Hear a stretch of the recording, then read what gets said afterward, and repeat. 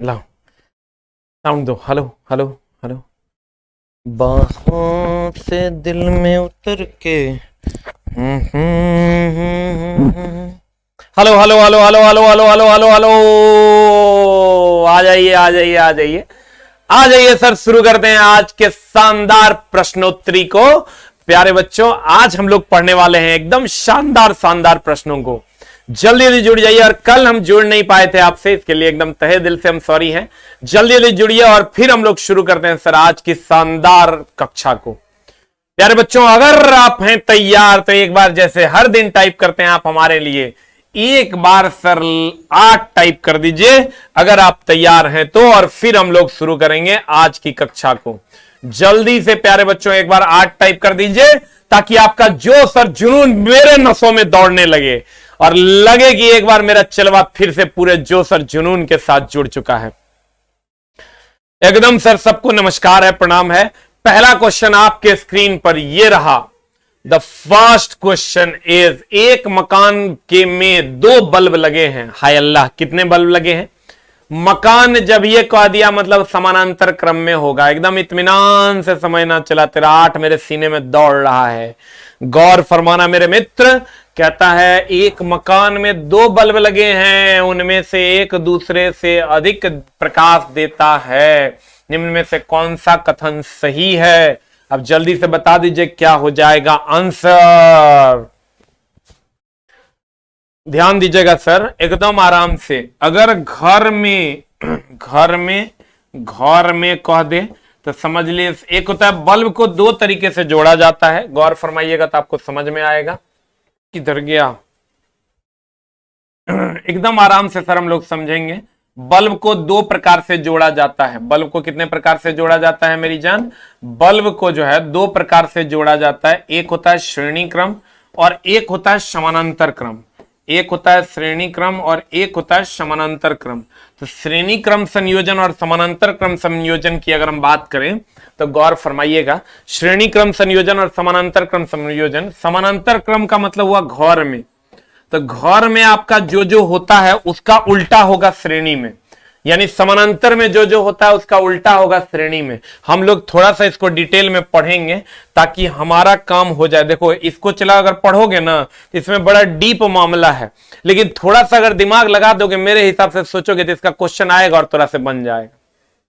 अगर आप थोड़ा सा सर डीपली इन चीजों को समझने की कोशिश कीजिए तो आपका काम हो जाएगा। बोलिएगा सर कैसे? बोलिएगा सर कैसे? तो गौर फरमाइएगा।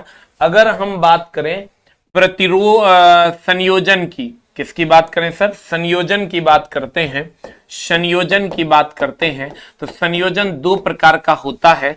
एक होता है समानांतर क्रम संयोजन, समानांतर क्रम संयोजन, और एक होता है चला श्रेणी क्रम संयोजन। श्रेणी क्रम समानांतर क्रम संयोजन घरों में यूज होता है। कहां यूज होता है मेरी जान? घरों में यूज होता है। और श्रेणी क्रम संयोजन जो समानांतर में होगा उसका उल्टा श्रेणी में होगा। सर जो समानांतर में होगा उसका उल्टा श्रेणी में होता है। जो समानांतर में होता है उसका उल्टा मेरी जान श्रेणी क्रम में होता है। जो समानांतर में होगा उसका उल्टा श्रेणी में होगा। अब बताओ घर में क्या होता है? घर में आप घर के बारे में सोचो, मतलब समानांतर। क्वेश्चन बड़ा उल्टा है। कॉन्सेप्ट अगर सीखना है तो सर स्थिर दिमाग से सीखना होगा। नौकरी इतनी आसान नहीं है। प्यारे विद्यार्थियों, अगर घर में हम लोग यूज करते हैं तो घर में क्या होता है? अधिक वाट वाला अधिक रोशनी देता है। अधिक वाट वाला अधिक रोशनी देगा। अधिक वाट वाला अधिक रोशनी देगा। देखते होंगे सर 20 वाट का लगाते हैं अधिक रोशनी देगा। 20 वाट का लगाते हैं अधिक रोशनी देता है। 10 वाट का लगाते हैं कम रोशनी देगा। और अधिक वाट वाला अधिक ऊर्जा खपत करेगा। अधिक वाट वाला अधिक ऊर्जा खपत करेगा। अधिक वाट वाला अधिक ऊर्जा खपत करेगा। अधिक वाट वाला अधिक ऊर्जा खपत करेगा। अधिक वाट वाला अधिक रोशनी देगा। अधिक वाट वाला अधिक ऊर्जा खपत करेगा। और इसमें चला उल्टा होगा। इसमें अधिक वाट वाला कम रोशनी देगा और अधिक वाट वाला कम ऊर्जा खपत करेगा। इसमें उल्टा होगा। सर गौर फरमाइएगा, समानांतर क्रम में अगर हम बात करें तो अधिक वाट वाला अधिक रोशनी देगा, इसमें अधिक वाट वाला अधिक ऊर्जा खपत करेगा, लेकिन श्रेणी क्रम में ठीक उल्टा होता है। श्रेणी क्रम में ठीक क्या होता है सर? उल्टा होता है। तो आप जल्दी से बता दो, इसमें क्या होगा? अधिक वाट वाला कम रोशनी देगा और अधिक वाट वाला कम ऊर्जा खपत करेगा। तो पहले इसको लिख लो और इसको समझ लो। एक लाइन का बाद घर में क्या होता है? अधिक वाट वाला अधिक ऊर्जा देता है। समझो यार, ना तो गड़बड़ हो जाएगा, गड़बड़ का महा गड़बड़ हो जाएगा। अधिक वाट वाला अधिक रोशनी देगा, अधिक वाट वाला अधिक ऊर्जा खपत करेगा, इसमें उल्टा हो जाएगा। पहले इसको लिख लो फिर बतियाते हैं। पीडीएफ भी दे देंगे सर, एकदम टेंशन लेने की जरूरत नहीं है।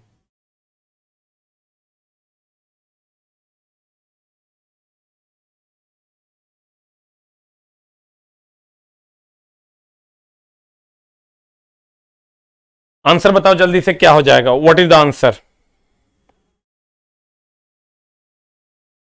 What is the answer sir? जल्दी से बता दो आंसर क्या हो जाएगा।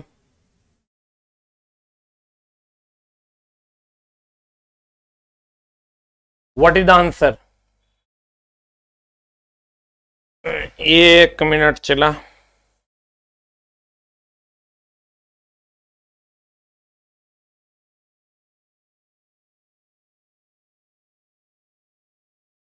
आंसर बताओ चला, क्या हो जाएगा? What is the answer? अब यहां से सर हम आंसर की ओर बढ़ेंगे। अब गौर फरमाइएगा, आंसर में क्या कहता है सर, ध्यान देना। अगर रोशनी कम है, रोशनी कम है, इसका मतलब सर विद्युत को रोक रहा है, इसका मतलब रेजिस्टेंस अधिक होगा, इसका मतलब रेजिस्टेंस अधिक होगा, इसका मतलब रेजिस्टेंस अधिक होगा, तब तो रोशनी को कम कर दिया है। और अगर रोशनी अधिक होगा, अगर रोशनी अधिक होगा तो रेजिस्टेंस कम होगा, अगर रोशनी अधिक होगा तो रेजिस्टेंस जो है वो कम होगा। रोशनी अगर कम होगा तो रेजिस्टेंस अधिक होगा और रोशनी अगर अधिक होगा तो रेजिस्टेंस कम होगा। आप जल्दी से लिख लो सर, अब बताओ जल्दी से आंसर क्या होगा। ध्यान दो, अगर रेजिस्टेंस कम, चला समझो, गड़बड़ हो जाएगा, कंटेंट लेना इतना आसान नहीं है। अगर रेजिस्टेंस का मान अधिक होगा, क्योंकि तब ना रोशनी कम हो जाएगा, क्योंकि विरोध ज्यादा करेगा, विरोध ज्यादा करेगा, विद्युत धारा का प्रवाह कम होगा तो रोशनी कम हो जाएगा। अब आंसर जल्दी से बता दो सर, क्या हो जाएगा? What is the answer? What is the answer? अब जल्दी से आंसर बता दो।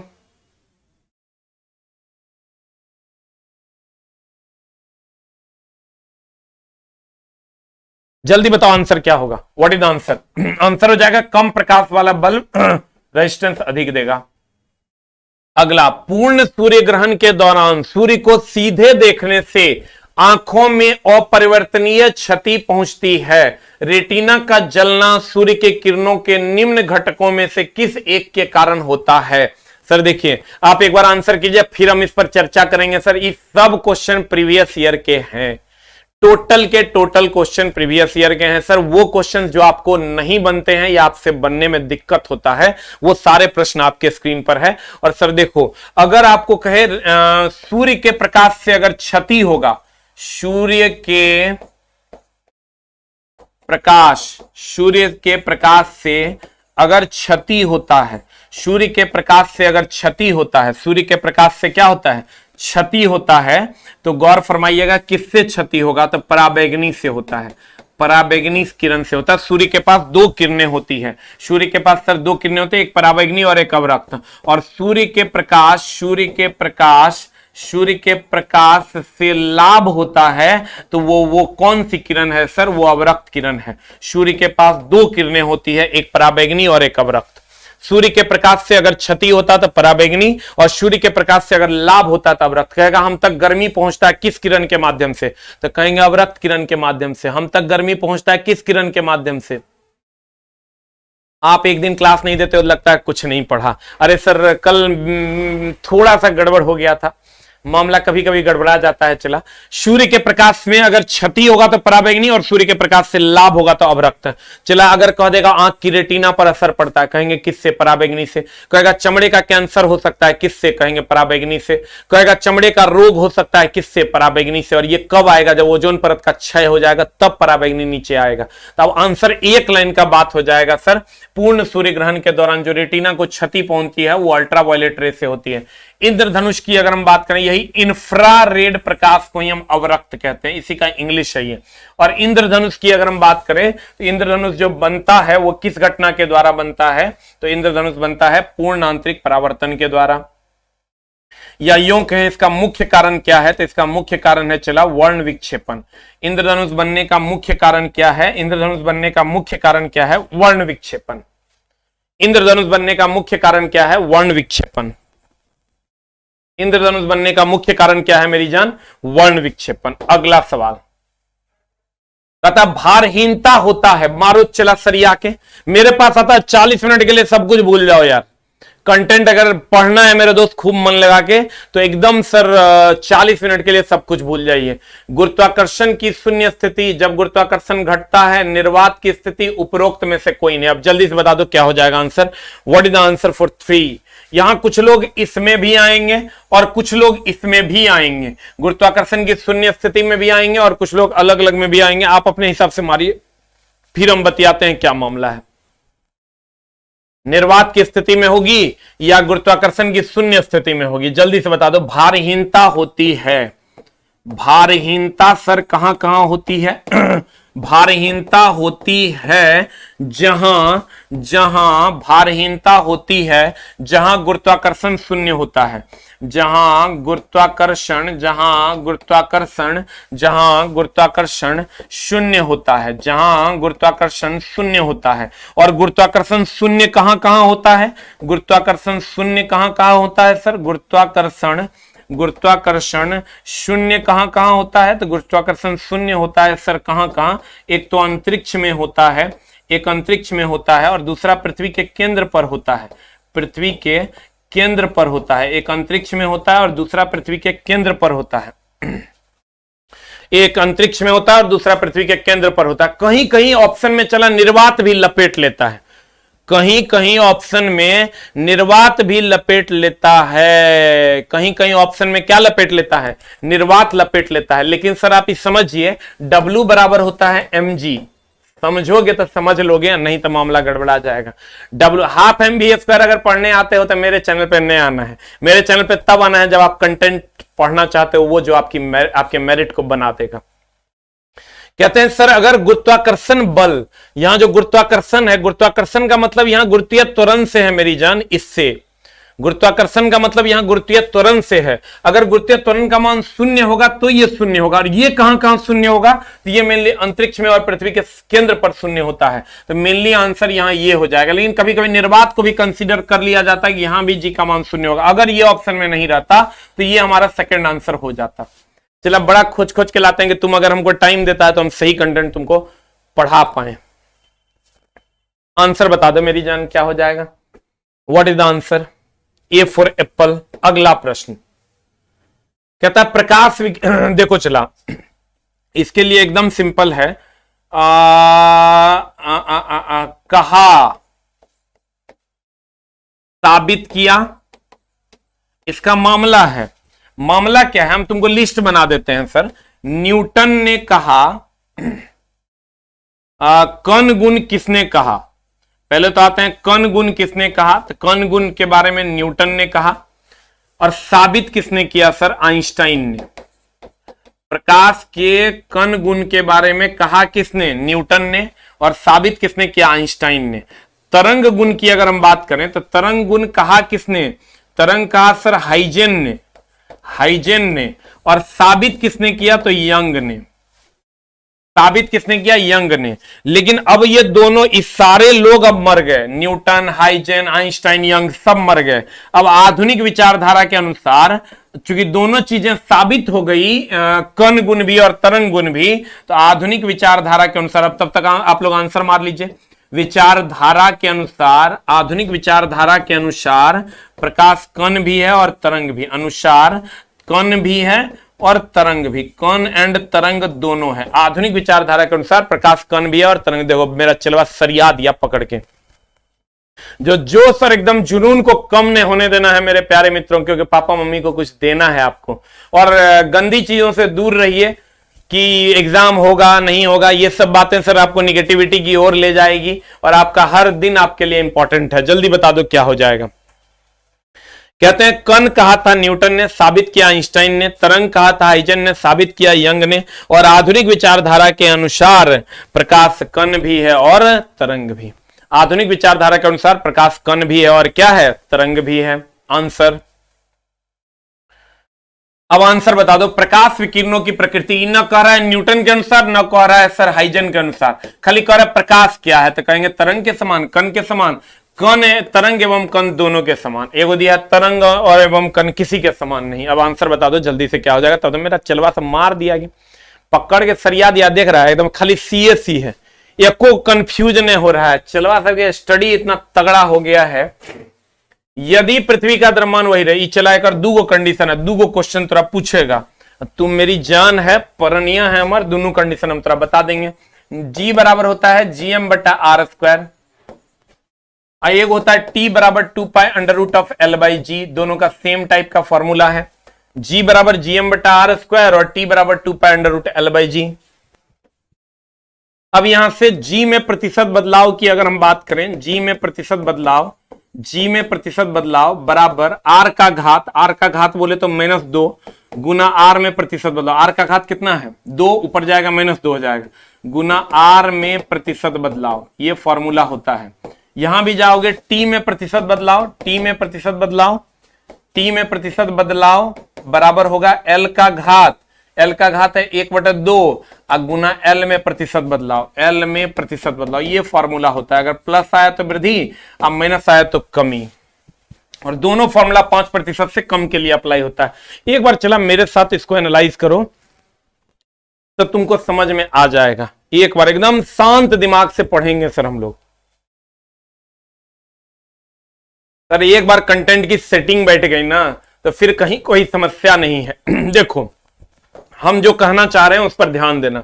G बराबर GM बटा R स्क्वायर होता है, T बराबर 2 पाई अंडर रूट L/G होता है। ये दोनों बातें यहीं पर अप्लाई होती है और कहीं अप्लाई नहीं होती।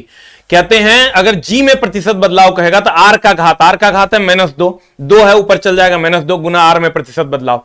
T में प्रतिशत बदलाव बराबर होता है L का घात कितना है भैया, 1/2 गुना L में प्रतिशत बदलाव तुमको दिया हुआ रहेगा क्वेश्चन में।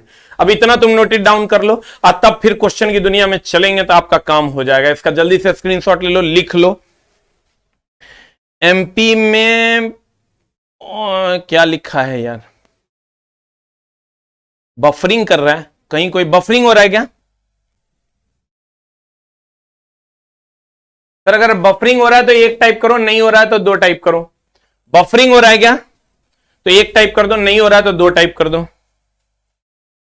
अब देखो हम फिर से समझाते हैं। G बराबर GM बटा R स्क्वायर, G में प्रतिशत बदलाव बराबर R का घात यहां 2 है तो यहां -2 ऊपर जाएगा -2 हो जाएगा गुना R में प्रतिशत बदलाव। T में प्रतिशत बदलाव बराबर 1/2 गुना L में प्रतिशत बदलाव। आंसर, एकदम बफरिंग नहीं हो रही है, देखो बच्चे कह रहे हैं। अब इसको बनाना बहुत आसान है। यदि पृथ्वी का द्रव्यमान वही रहे और त्रिज्या में 1% कम कर दी जाए तो पृथ्वी तल पर G के मान में बदलाव बराबर G में प्रतिशत बदलाव बराबर होता है R का घात यानी -2 गुना R में प्रतिशत बदलाव। अब भैया इसका घात हो जाएगा -2 गुना R में प्रतिशत बदलाव कितना हो जाएगा बताओ, 1% की कमी है तो -1 हो जाएगा, -2 -1 प्लस 2% हो जाएगा, यानी 2% की कमी हो जाएगी, 2% की कमी हो जाएगी। आंसर बता दो जल्दी से। मार दिया कि हम मार दें? D for dog is the answer. 2% की कमी हो जाएगी, D for dog is the answer. प्यारे विद्यार्थी, अपना जोश और जुनून किसी भी शर्त पे कम ना होने देना। तुझे कसम है तुझे चाहने वालों की, एकदम न कम होने देना। हमारा चलवा है, अगर तू एकदम जोश और जुनून को कम ना होने देना। कहता आंख के रेटिना पर परंपरागत कैमरा निम्नलिखित में से किस भाग की तुलना की जाती है? जल्दी बताओ। कैमरा की तुलना सर फोटोग्राफिक फिल्म से की जाती है। कैमरा की तुलना फोटोग्राफिक फिल्म से की जाती है, न कि लेंस आवरण। इस थोड़ा सा कंफ्यूजन वाला क्वेश्चन है, सब अपने अपने हिसाब से मारे होंगे। आंख के रेटिना पर परंपरागत कैमरा कि निम्नलिखित में से किस भाग की तुलना की जाती है? फोटोग्राफिक फिल्म से तुलना की जाती है सर। इसीलिए तो सर आंख का जो ये वाला भाग है इसको कहते हैं कॉर्निया, इसको कहते हैं कॉर्निया, और इसको कहते हैं रेटिना। और रेटिना को ही हम सर फोटोग्राफिक फिल्म कहते हैं। अगर आप पढ़े होंगे, देखिए बड़ा डेप्थ का क्वेश्चन है। रेटिना को ही हम फोटोग्राफिक फिल्म कहते हैं, रेटिना को ही हम फोटोग्राफिक फिल्म कहते हैं। अब बता दें आंसर क्या हो जाएगा? मार रहा है, देख रहा है जोश और जुनून। हम आते हैं कि एकदम सरिया के जोश जो है तुम लोग का बढ़ जाता है। आंख के रेटिना की परंपरागत कैमरा निम्नलिखित में से किस भाग की तुलना है? तो रेटिना का ही दूसरा नाम फोटोग्राफिक फिल्म है। रेटिना का ही दूसरा नाम क्या है? फोटोग्राफिक फिल्म है। आंसर जल्दी से बता दो क्या हो जाएगा? A for Apple. अगला क्वेश्चन, निम्न कथनों पर विचार कीजिए भैया विचार। फिर कहोगे कथन और निष्कर्ष तो आपने पढ़ाया नहीं था और क्वेश्चन तो आ गया था। जल्दी से बताइए सर, विचार करते हैं। चलिए आइए विचार करते हैं। कह रहा है कौन सा सही है? तो कहता है क्वेश्चन कि 100 डिग्री सी पर भाप की तथा 100 डिग्री सी पर उबलते जल की उष्मा की मात्रा एक समान होगी। आगे माई गे माई, 100 डिग्री सी पर भाप पर अधिक गर्मी लगता है, इसलिए अधिक जलन महसूस होता है। तो गलती है कि सही है? आप पढ़े होंगे सर, भाप से अधिक जलन होता है और पानी से कम, क्योंकि भाप की गुप्त उष्मा अधिक होती है। पढ़ा है? भाप की गुप्त उष्मा अधिक होती है, इसलिए भाप से अधिक जलन होता है। येलो बोरा में बर्फ के संगलन की गुप्त उष्मा तथा जल के वाष्पन की गुप्त उष्मा बराबर होती है। सर एकदम गलत है। बर्फ के गलन की गुप्त उष्मा जो होती है, बर्फ के गलन की गुप्त उष्मा होती है 80 कैलोरी पर ग्राम, 80 कैलोरी पर ग्राम। और जल के वाष्पन की जो गुप्त उष्मा होती है ये होती है 536 या 540 कैलोरी पर ग्राम। सर बर्फ के संगलन की गुप्त उष्मा 80 कैलोरी पर ग्राम और जल के वाष्पन की गुप्त उष्मा 536 या 540 कैलोरी पर ग्राम। अब बता दो जल्दी से आंसर क्या हो जाएगा? What is the answer? बर्फ के गलन की कह रहा है कि दोनों बराबर होगा, तो गलती ना है। चला बर्फ के गलन की गुप्त उष्मा, ये दोनों अगर ऑप्शन में देना तो 536 मारना, ये पहला ऑप्शन होगा और ये दूसरा ऑप्शन होगा। अब जल्दी से बता दीजिए वातानुकूलन, यानी सर कह दिया एसी, क्वेश्चन का फुल ऑपरेशन। एसी में कक्ष वायु में वाष्पित कुंडली में ऊष्मा का निष्कर्षण होता है तथा द्रवनित्र कुंडली में ऊष्मा का निरसन होता है। निरसन का मतलब होता है सर त्याग होता है। ये एकदम सही आंसर है सर, गौर फरमाइएगा। वातानुकूलित एसी के कक्ष में वायु वाष्पित होती है सर, वाष्पीकरण विधि द्वारा एसी या रेफ्रिजरेटर काम करता है जिसमें प्रसार होता है। कुंडली में ऊष्मा का निष्कर्षण होता है तथा द्रवनित्र लिक्विड में कुंडली पर ऊष्मा का निरसन होता है। ये पूरा स्टेटमेंट है सर एसी के लिए, जो कि सही है। इसलिए इसका स्टेटमेंट जो आंसर होगा सर वो केवल 3 होगा और बाकी ये दोनों स्टेटमेंट गलत है।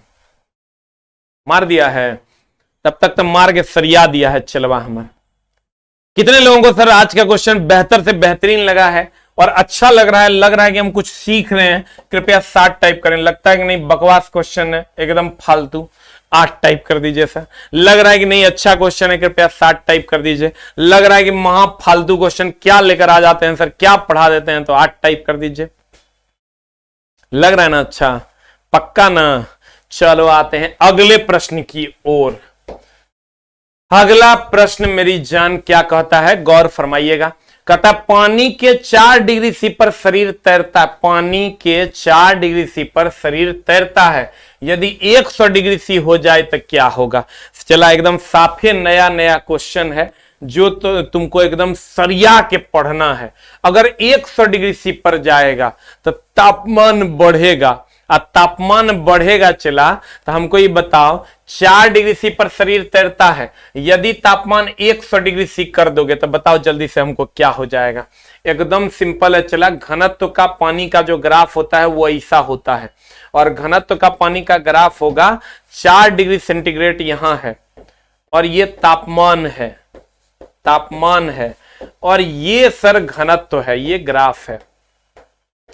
क्वेश्चन कह रहा है 4 डिग्री सी है, अब बढ़ा के 100 डिग्री सी करेंगे, तो 100 डिग्री सी करेंगे, चला घनत्व तो कम हो जाएगा पानी का। पानी का जो घनत्व तो है 4 के बाद जैसे जाओगे, 4 के बाद या 4 से पहले, तो घनत्व तो घटेगा, और घनत्व तो घटेगा सर, घनत्व तो घट जाएगा। और आप अगर पढ़े होंगे 4 डिग्री सी पर पानी शरीर में तैरता है, एकदम आराम से समझिएगा सर। जो तैरेगा और जिसमें डूबेगा, जो तैरेगा जिसमें डूबेगा, जो तैरेगा जिसमें डूबेगा, इसका घनत्व कम। जो तैरेगा जिसमें डूबेगा उसका घनत्व कम, और जो डूबेगा और जिसमें तैरेगा, जिसमें तैरेगा उसका घनत्व हो जाएगा अधिक, उसका घनत्व हो जाएगा अधिक, उसका घनत्व हो जाएगा अधिक। सर ध्यान देना, जो तैरेगा जिसमें डूबेगा घनत्व कम, और जो डूबेगा जिसमें तैरेगा उसका घनत्व अधिक। एकदम आराम से समझने की सर कोशिश करना, आपको समझ में मैं समझा दूंगा क्या मामला है। थोड़ा सा और सर लेके चलते हैं आपको डेप्थ की दुनिया में, और तब आपका काम हो जाएगा सर। अगर आप चाहते हो निकट दृष्टि दोष में कौन सा लेंस प्रयोग किया जाता है वो पढ़ाएं, तो हमने पढ़ाएंगे, हम चला पढ़ाएंगे रियल में जो कंटेंट तुमको मेरिट की दुनिया की सैर करवाएगा। कहते हैं जो तैरेगा जिसमें डूबेगा वो घनत्व कम, और जो डूबेगा जिसमें तैरेगा घनत्व अधिक। ये मामला है। तो चला हमको ये बताओ, 4 डिग्री सी पर शरीर तैर रहा है, जैसे ही तापमान बढ़ाते हैं कि घनत्व घट जाएगा, और जब घनत्व घट जाएगा तो भैया जिसमें डूबेगा उसका घनत्व कम, तो भैया पानी में डूब जाएगा, और डूब जाएगा तो भैया आंसर शरीर डूब जाएगा, हो जाएगा A for Apple. A for Apple is the right answer. Question पे चला पहले सेकंड से जुड़ोगे तब क्वेश्चन समझ में आ जाएगा। फिर से हम समझाते हैं, 4 डिग्री सी पर शरीर तैरता है, 100 डिग्री सी पर क्या होगा? तो सर 4 डिग्री सी पर तैरता है, 100 पर जैसे जाएंगे तो इधर जाएंगे तो भैया घनत्व तो घटेगा। जब घनत्व तो कम हो जाएगा तो घनत्व तो कम हो जाएगा तो क्या हो जाएगा बताओ? जिसमें डूबेगा उसका घनत्व तो कम, तो ये डूब जाएगा, और डूब जाएगा तो शरीर डूब जाएगा, आंसर हो जाएगा। You will get the answer.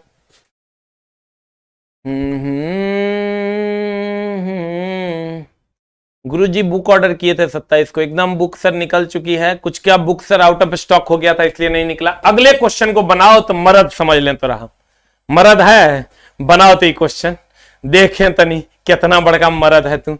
निम्नलिखित में से कौन सा पदार्थ बहुत कठोर और बहुत तन्य है? मार तो देखें, चलवा सब की मारता है, अपन अपन हिसाब से मारवे करेगा, अब मारेगा मामला गड़बड़े वो करेगा। जल्दी जल्दी बता दो क्या हो जाएगा आंसर। हाँ, चूंकि पीडीएफ से मिलल ना है तो मार दिया सरिया के, की मार रहा है मुंह देखे, लेकिन बच्चा सब तेजो है मारियो देता होगा। जल्दी बताते की होगा आंसर। नाइक्रोम की टंगस्टन, नाइक्रोम मार रहा है कि टंगस्टन मार रहा है? हम भी देखें तनी। होय होय होय होय होय होय होय, लुट गया लुट गया लुट गया लुट गए हम तेरी मोहब्बत में मेरे दोस्त। कुछ लोग कार्बोरेंडम भी मार रहे हैं, कुछ लोग नाइक्रोम भी मार रहे हैं, कुछ टंगस्टन भी मार रहे हैं, कुछ कास्ट आयरन भी मार रहे हैं। मामला गड़बड़ा भी रहे हैं सर। कार्बोरेंडम जो है ना सर, ये एब्रासिव है, इसका उपयोग हम लोग ग्राइंडिंग व्हील में करते हैं। एब्रासिव है, इसका उपयोग हम लोग ग्राइंडिंग व्हील में करते हैं। और अगर हम टंगस्टन नाइक्रोम की बात करें सर, नाइक्रोम बहुत कठोर और बहुत तन्य भी है। अगर बहुत कठोर देता ना, बहुत कठोर खाली दे देता तब आंसर हो जाता टंगस्टन। अब बहुत कठोर तथा बहुत तन्य दे देगा, बहुत तन्य दे देगा, तब आंसर हो जाएगा नाइक्रोम। कास्ट आयरन सबसे अधिक भंगुर होता है और सबसे अधिक कार्बन होता है इसमें, सबसे अधिक भंगुर चकनाचूर होने का गुण होता है, और सबसे अधिक कार्बन होता है इसमें। सबसे अधिक कार्बन होता है 2 to 5%, 2 to 5% होता है, सबसे अधिक कार्बन होता है। चला 2 to 5%।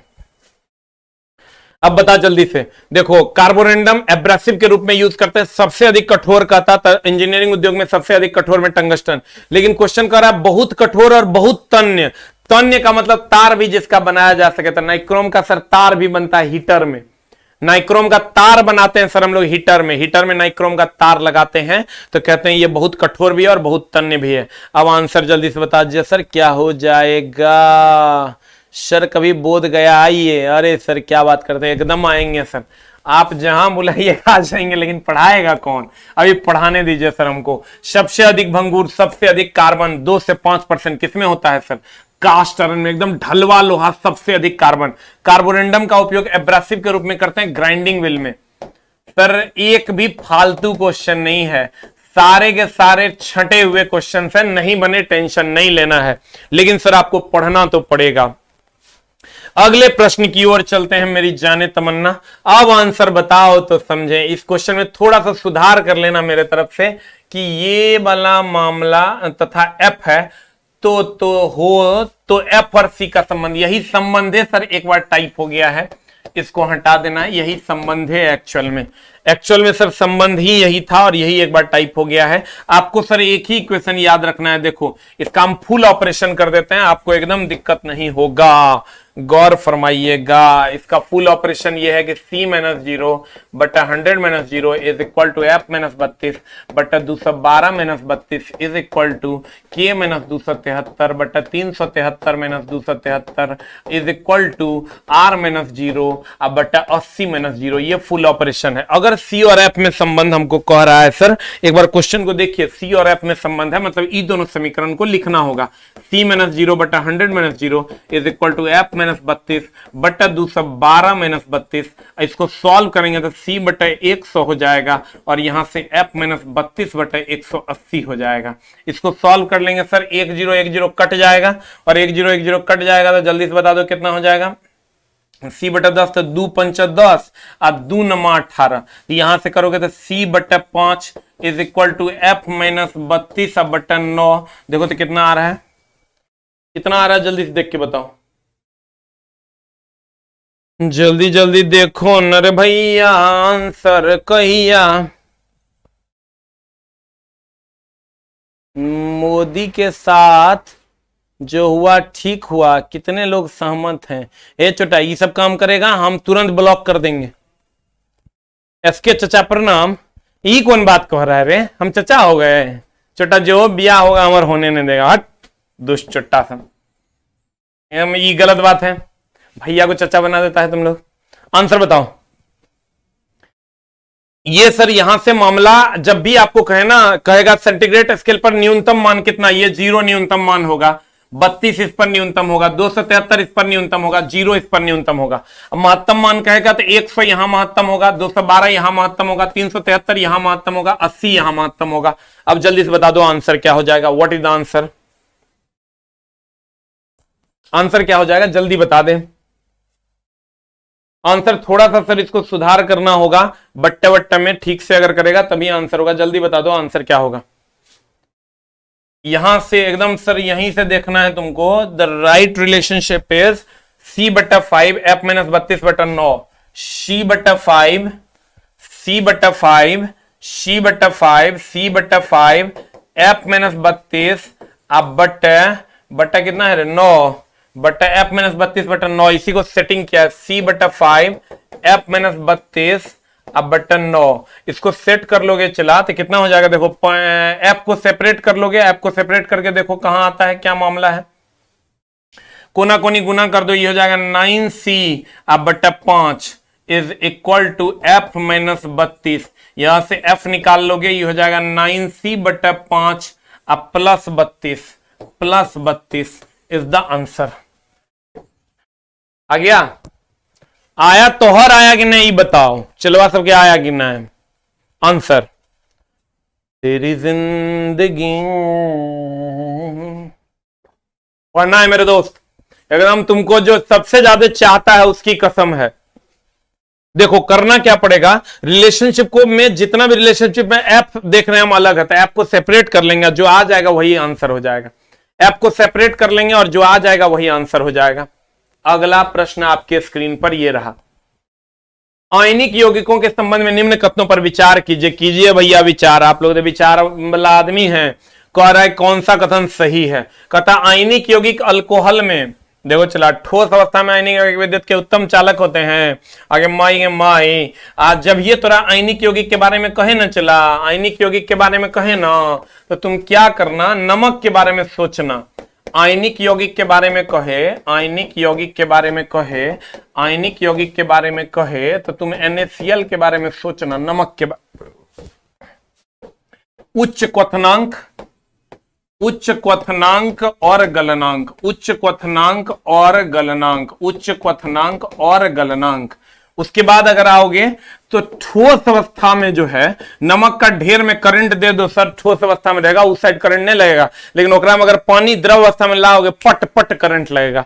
ठोस अवस्था में होता है कुचालक और द्रव अवस्था में होता है मेरी जान सुचालक।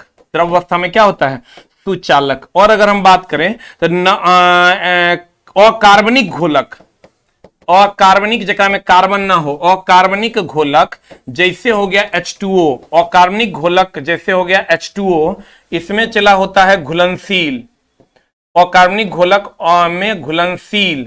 और कार्बनिक घोलक की अगर बात करोगे, कार्बनिक घोलक की, कार्बनिक घोलक की, कार्बनिक घोलक की, तो कार्बनिक घोलक में हो गया C2H5OH, C2H5OH ले लो, अघुलनशील, अघुलनशील, अघुलनशील। अकार्बनिक घोलक H2O में घुलनशील और कार्बनिक घोलक C2H5OH में अघुलनशील हो जाएगा। अब जल्दी से बता दो, आयनिक यौगिक उच्च क्वथनांक होता है, उच्च गलनांक होता है, ठोस के साथ कुचालक, द्रव के साथ सुचालक, अकार्बनिक घोलक H2O के साथ घुलनशील, कार्बनिक घोलक के साथ C2H5OH के साथ अघुलनशील। यह मामला है सर। अब जल्दी से बता दो क्या हो जाएगा आंसर। जब ये तोरा देखो चला नमक के बारे में पूछे, बताओ नमक जल्दी से खोल जाएगा, शुद्ध खाली नमक ले लो ताबा में, जल्दी खोलेगा वो, आना जल्दी गलेगा। और ठोस अवस्था में एगो नमक का दिमाग में सेट करो, ठोस अवस्था में एगो नमक का ढेरी ले लो, इस साइड करंट सटाओ, उस साइड करंट नहीं लगेगा। लेकिन बचपन में याद करता है, अर्थिंग में हम लोग क्या करते थे, नमक पानी का घोल लेके डाल देते थे, क्योंकि नमक पानी जब डालते थे तो Na+Cl- में टूटता था और वो आयनीकरण तेजी से होता था, और तेजी से होता था, तेजी से विद्युत धारा का प्रवाह होता था। इसीलिए तो कहते हैं द्रव अवस्था में सुचालक होता है, द्रव अवस्था में क्या होता है, सुचालक होता है। की लिख रहा है सर, आज मेरे दादाजी का निधन हो गया सर, भगवान उनकी आत्मा को शांति दे। सर देने देने स्मार्ट लगते हैं, हो चुट्टा, तारीफ करता है तब ठीक है, मेरा तारीफ करो हम खुश हो जाएंगे। जल्दी बताओ। हेलो,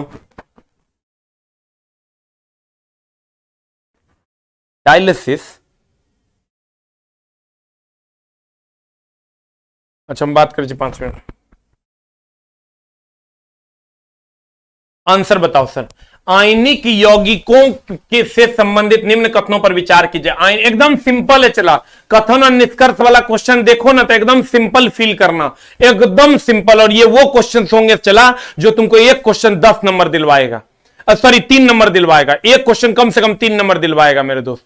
इसलिए अब 3 क्वेश्चन तो ऐसा मिलेगा ही मिलेगा जो तीनों मिला के तुमको 10 नंबर का आंकड़ा पार करवा देगा। कहते हैं आयनिक यौगिक संबंधित निम्न कथनों पर विचार कीजिए। आयनिक यौगिक अल्कोहल में अविलेय होते हैं, एकदम सही बात है चला। अल्कोहल कार्बनिक घोलक है और कार्बनिक घोलक में चला, कार्बनिक घोलक में अविलेय होता है, कार्बनिक घोलक में अविलेय होता है, अघुलनशील होता है, ये सही है। कहता है ठोस अवस्था में आयनिक यौगिक विद्युत के उत्तम चालक होते हैं, नहीं सर, ठोस अवस्था में ये कुचालक होता है, ये गलत है, ये भैया गलत है। अब तुम लोग आंसर मारो, हम तो नहीं मारेंगे, तुम लोग जल्दी जल्दी मारो, आंसर क्या होगा।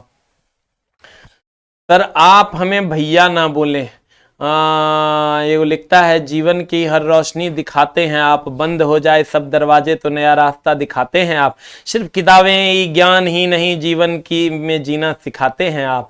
लव यू, प्रणाम, बिहार से आशीर्वाद दी। अरे पूरा आशीर्वाद है जान हमार, बोला हो आंसर, बोला आंसर। ये सब बात लिखते रहोगे तो माँ कसम जान निकाल के दे देंगे। मेरा तारीफ करता है चला कोई, हमको बहुत अच्छा लगता है, आई फील गुड। और तारीफ इज्जत के लिए आदमी कुछ भी करता है, वही वाली बात है सर। आ जाओ अगले प्रश्न की ओर चलते हैं सर। कहते हैं निम्नलिखित अधातुओं में कौन सा विद्युत का मंद चालक नहीं है। हाय अल्लाह, जगरा में मन लगल रहे, देखो हमेशा ध्यान रखना, धातु मेटल, मेटल होता है चालक। और अधातु, अधातु non metal, non metal, non metal होता है कुचालक, कुचालक, कुचालक। ध्यान देना, जकरा में मो लगल रहेगा वो मेटल होगा, और सर मेटल होगा तो चालक होगा। अब क्वेश्चन बड़ा स्वीट सा है, ना आयरन है, न सोना है, न चांदी है, माँ कसम सेलिनियम है।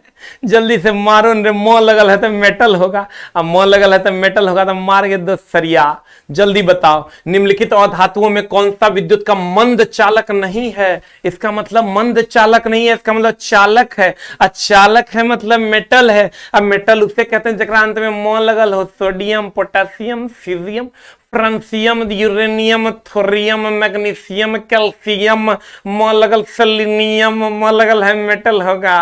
हाय अल्लाह, बता दो जल्दी से आंसर। मो लगल होगा, मेटल होगा। मारो मारो मारो मारो मारो, ना तो तोरा मार देंगे। जल्दी से बताओ आंसर। Selenium, sulphur. भैया रे S8, इसकी परमाणुकता होती है 8। अब महिला के जब बाल सीधा करवाने में हम लोग इसका उपयोग करते हैं। महिला के बाल सीधा करने में, महिला के बाल को सीधा करने में हम लोग इसका उपयोग करते हैं। ब्रोमीन द्रव अवस्था में पाया जाता है। ब्रोमीन किस अवस्था में पाया जाता है मेरी जान? द्रव अवस्था में पाया जाता है। अब जल्दी से बता दो आंसर। ए मेरे भैया देखो, एगो लड़का लिखता है हौसले मजबूत हैं तो डरने की क्या बात, जब ले लिया फैसला तो पीछे हटने की क्या बात, सिर्फ गुरुजी आपका आशीर्वाद चाहिए, अब की बार पड़ोसी के घर आगे डीजे बजाएंगे। आए हाय हाय हाय। गुरुजी गुरुजी गुरुजी, जल्दी जल्दी पढ़ा हो भैया, ना तो हो जो तो गड़बड़ हो भैया। जल्दी बताओ आंसर। अगले प्रश्न की ओर चलते हैं। कहता विषाक्त मस्टर्ड गैस क्या है? चला, जितना भी गैस है ना, ये हमेशा ध्यान रखना, सभी गैस जो है, सभी गैस पात्र में द्रव अवस्था में होते हैं, द्रव अवस्था में, द्रव अवस्था में होते हैं। तो लड़का एकरा में मार देगा है मस्टर्ड गैस, मारेगा गैस, मारेगा गैस, हो जाएगा गलती। अब मार देना है द्रव। इस सर विश्व युद्ध के समय इसका उपयोग हुआ था, विश्व युद्ध के समय इसका उपयोग हथियार के रूप में हुआ था मस्टर्ड गैस का। विश्व युद्ध के समय, विश्व युद्ध के समय हथियार के रूप में इसका उपयोग हुआ था। हथियार के रूप में उपयोग, विश्व युद्ध के समय हथियार के रूप में उपयोग, विश्व युद्ध के समय हथियार के रूप में उपयोग हुआ था मस्टर्ड गैस का। और ये सल्फर का यौगिक है, ये सल्फर का यौगिक है। ये किसका यौगिक है?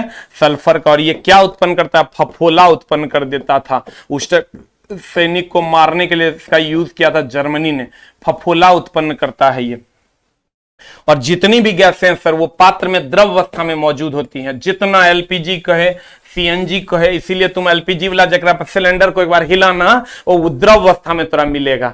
कहते हैं विषाक्त मस्टर्ड गैस, विषाक्त मस्टर्ड गैस किस अवस्था में होता है? लड़का मारेगा ना धून, द्रव अवस्था में। लेकिन ये गलत है। विश्व युद्ध के समय हथियार के रूप में इसका उपयोग हुआ था, फफोला उत्पन्न कर देता है। और ये सल्फर का यौगिक है। मस्टर्ड गैस, मरकेप्टेन, ये सब सल्फर का यौगिक है। इथाइल मरकेप्टेन जो हम लोग यूज करते हैं उससे भी सल्फर का यौगिक है, जो एलपीजी में गंध के लिए प्रयोग करते हैं।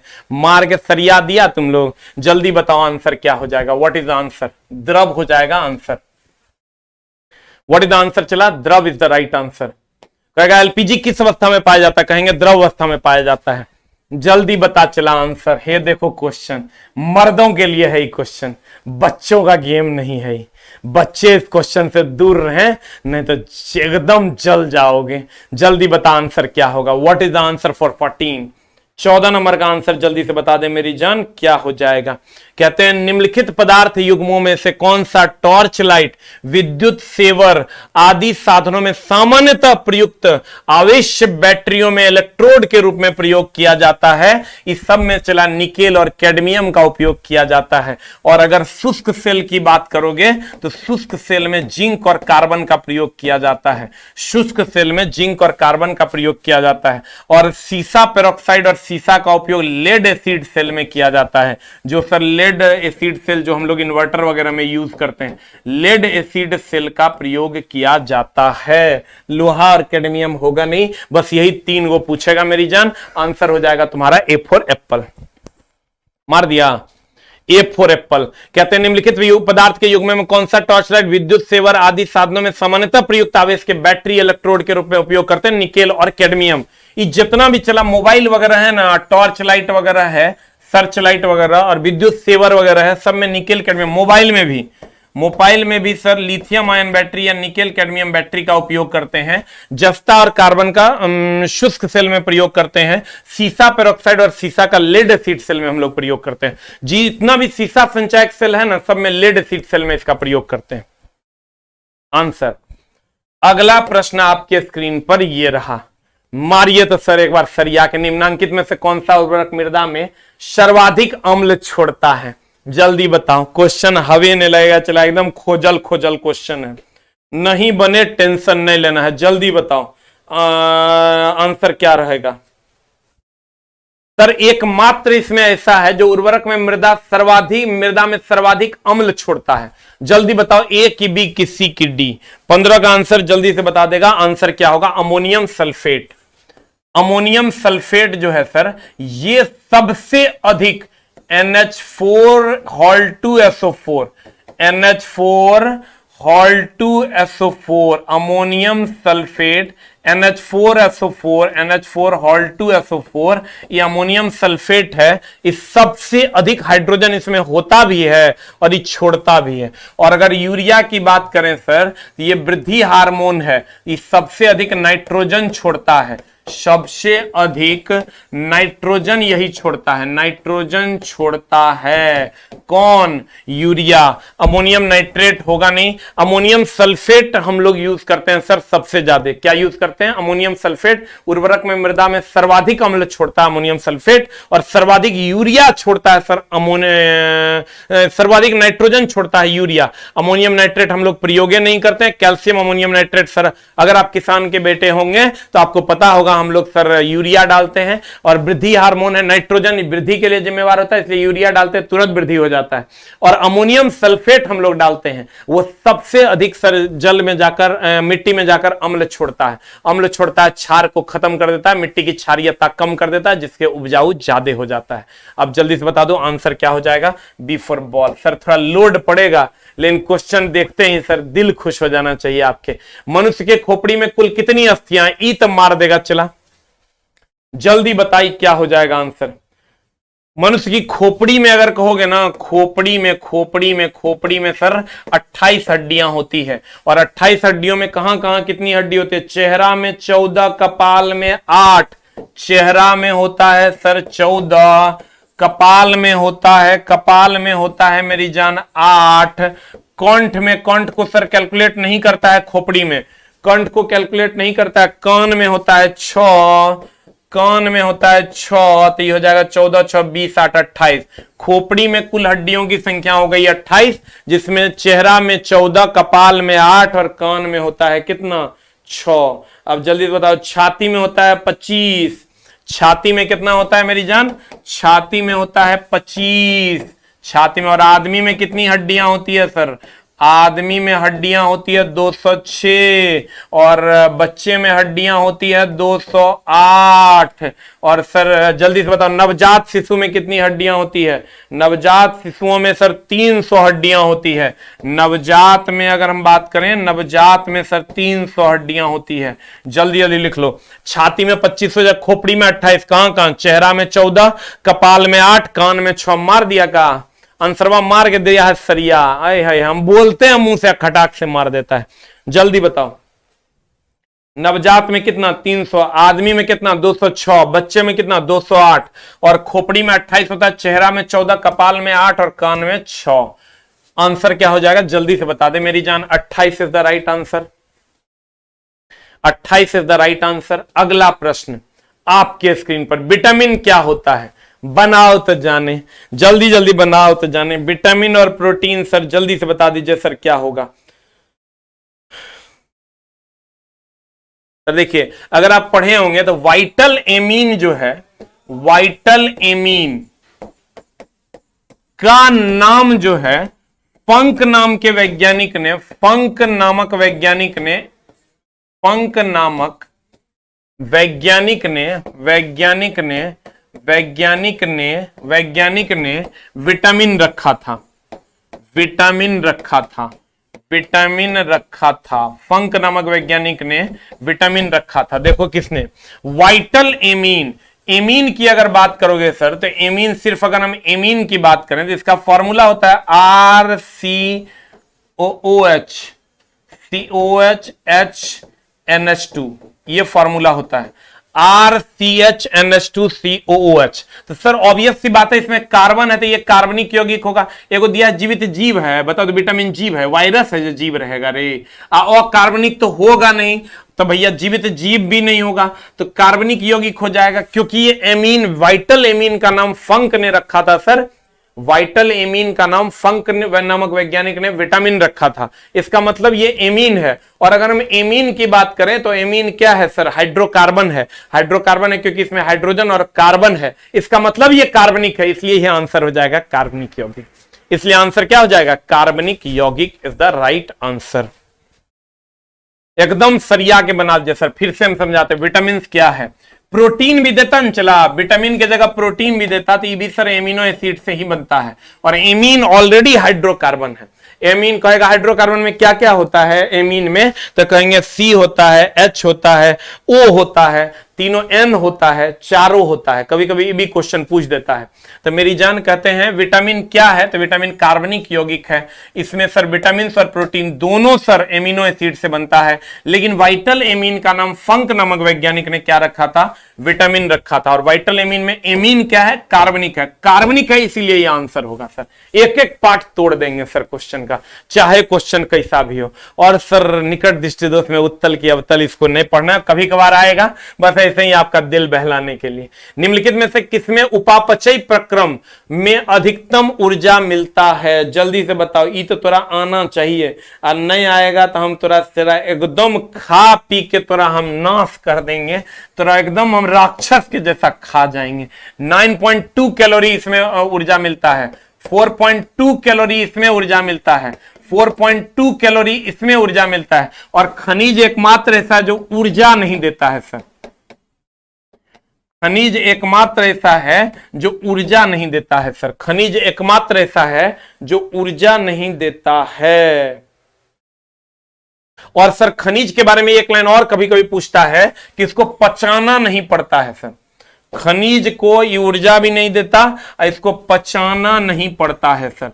एकदम सर क्वेश्चन का सही एकदम सही क्वेश्चन, सही content, no wastage of time. हम ये मान के चलते हैं सर जिसको निकट दृष्टि दोष नहीं आता है वो कर ऐसे भी एग्जाम नहीं निकलेगा, और आप पढ़ा के हम की करेंगे। कहते हैं सर हमारा जो सर पूरा सिस्टम है वो 10% बच्चों पे फोकस होता है, उसी को रिजल्ट तक पहुंचा देंगे, हमारा काम हो जाएगा सर। और इसलिए आप लोग एकदम शुरू से जुड़े हुए हैं सर, सरिया के देते रहिए, और हम जो जो एग्जाम नजदीक आएगा सर आपके मेरिट बनाने में आपकी मदद करते रहेंगे। कहते हैं निम्नलिखित में से किसमें उपापचय प्रक्रम में अधिकतम ऊर्जा मिलती है। अब आपके सामने ही 9.2 कैलोरी, 4.2 कैलोरी, भी 4.2 कैलोरी, खनिज ऊर्जा देवे नहीं करता, इसको पचाना भी नहीं पड़ता। तो आंसर हम मारेंगे तू मारेगा, आंसर हम मारेंगे तू मारेगा, जे मारेगा से मार देंगे दोनों भाई मिलके। आंसर बताओ जल्दी से क्या हो जाएगा, व्हाट इज द आंसर।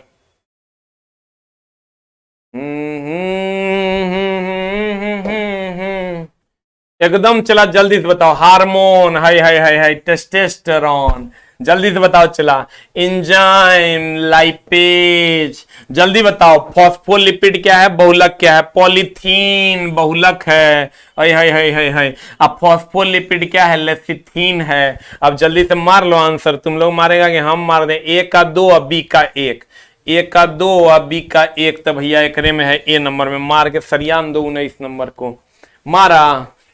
एकदम चला देखो, हार्मोन क्या है, टेस्टोस्टेरोन एक हार्मोन है, मेल हार्मोन है, लाइपेज एक एंजाइम है।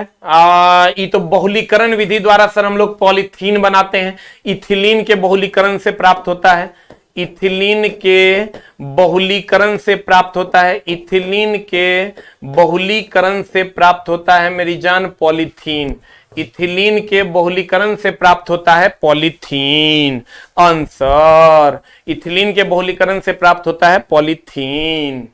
अगला ई मारो, WBC का बनना RBC का बिना। रे चलवा, RBC के कब्रगाह केकरा कहते हैं, कहते जाके मरेगा।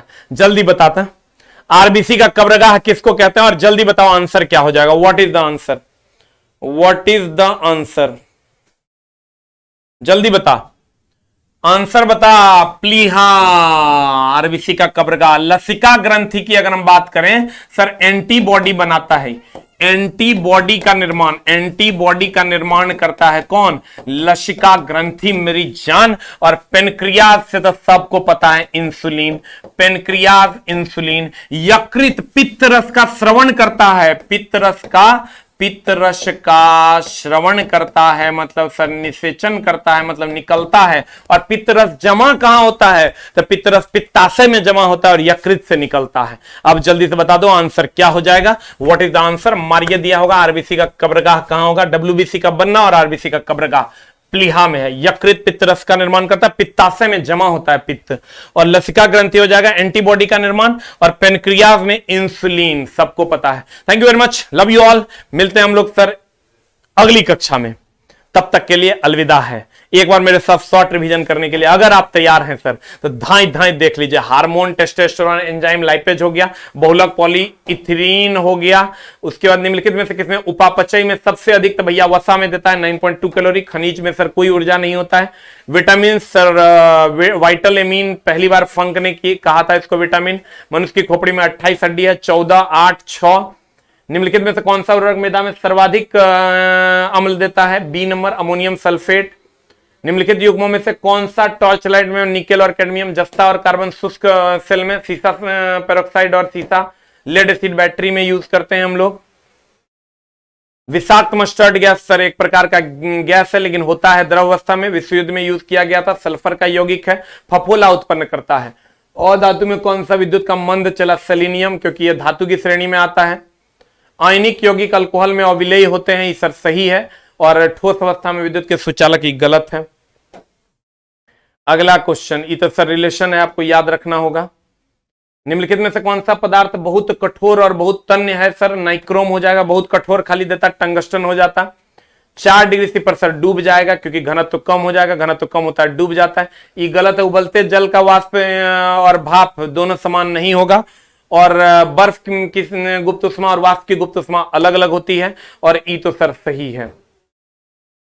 अगला, आंख की रेटिना को सर फोटोग्राफिक फिल्म कहते हैं, इसलिए फिल्म आंसर होगा। और ये तो G = GM/R², R में प्रतिशत बदलाव गुना R का घात हो जाता है। प्रकाश विकिरण, तरंग और कण और तरंग दोनों हो जाएगा। भारहीनता सर गुरुत्वाकर्षण का मान 0 होगा, वहां होगा। और अल्ट्रावायलेट से हमारे आंखों को नुकसान होता है, चमड़े को नुकसान पहुंचता है। अब मकान में चला जाकर रेजिस्टेंस ज्यादा होगा और दीप्तमान कम होगा। लव यू ऑल, नमस्कार। एक बार जाते जाते माँ को लव यू बोलेंगे हम तो बोलेंगे, अब तुम बोलोगे कि नहीं तुम जान लो। एक बार लव यू माँ हो जाए और फिर तो हम छोड़ देंगे आज के लिए। जा बेवफा, तुझे माफ किया। और कल मिलेंगे दिन भर, चाहे जहां रहियो हमार भैया, शाम के चला आइयो हमार भैया। लव यू माँ, thank you very much, love you all.